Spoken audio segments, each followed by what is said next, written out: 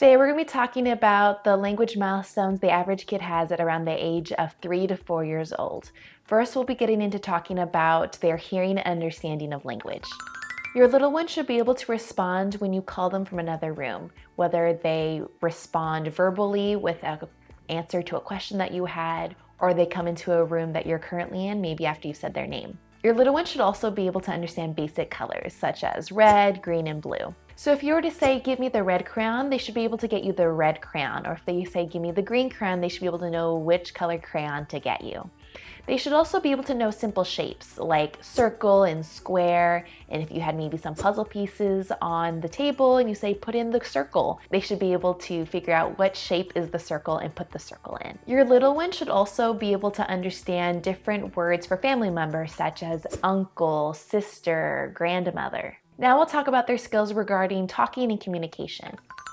At this point, they should be able to have an awareness for sounds and be able to identify words that rhyme. So they should be able to say, find a word that rhymes with cat. They should think of bat, hat, mat, and words like that. They should also begin to use pronouns such as I, you, we, me, they, and use them in correct ways referring to the correct person. So instead of referring to themselves as their name, they should be referring to themselves as me or I.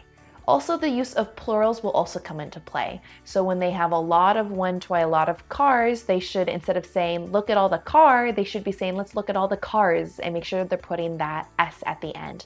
Look at all the buses, look at all the airplanes, and they should start be using plurals when referring to multiple of one kind of thing. At around the age of 4, your child should be understood about 100% of the time by both people they're familiar with and people they are not as familiar with. And right here are all the sounds your child should have at around this age as well. Your child should start answering who, what, and where questions. They might be answering stuff based on a book, or they might be answering these questions based on a real life scenario of who took your shoes, where are your shoes, what happened to your shoes. They should also at this age start to answer where and how questions. How do you turn on the light? And be able to tell you how those things happen. Your little one will start to put together phrases of 4 words together, and they usually will not be grammatically correct, which is very normal and average at around this age. So for example, they might say, I go to school, instead of saying, I went to school. And so those past, present, and future tense verbs are still being learned around this age. Your little one will also be able to start to tell you what happened during their day, whether they went to school or preschool or they were at grandma's house, and they usually start to talk in spans about 4 sentences at a time. Here are some things you can do to help enhance your child's communication and understanding of language.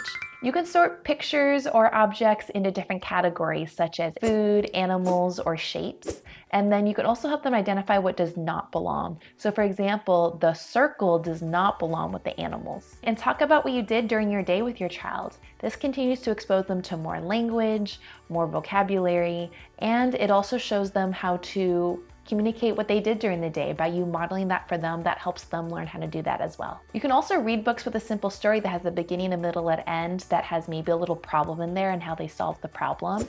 Talk about the story with your child. Even go and act it out with your child. By them getting their body active and going really helps them put into the meaning of the words behind the book. If they're able to act it out, that means they're really able to understand what the book was saying and complete understanding of what the characters were doing in the book. You can also discuss your favorite parts of the book.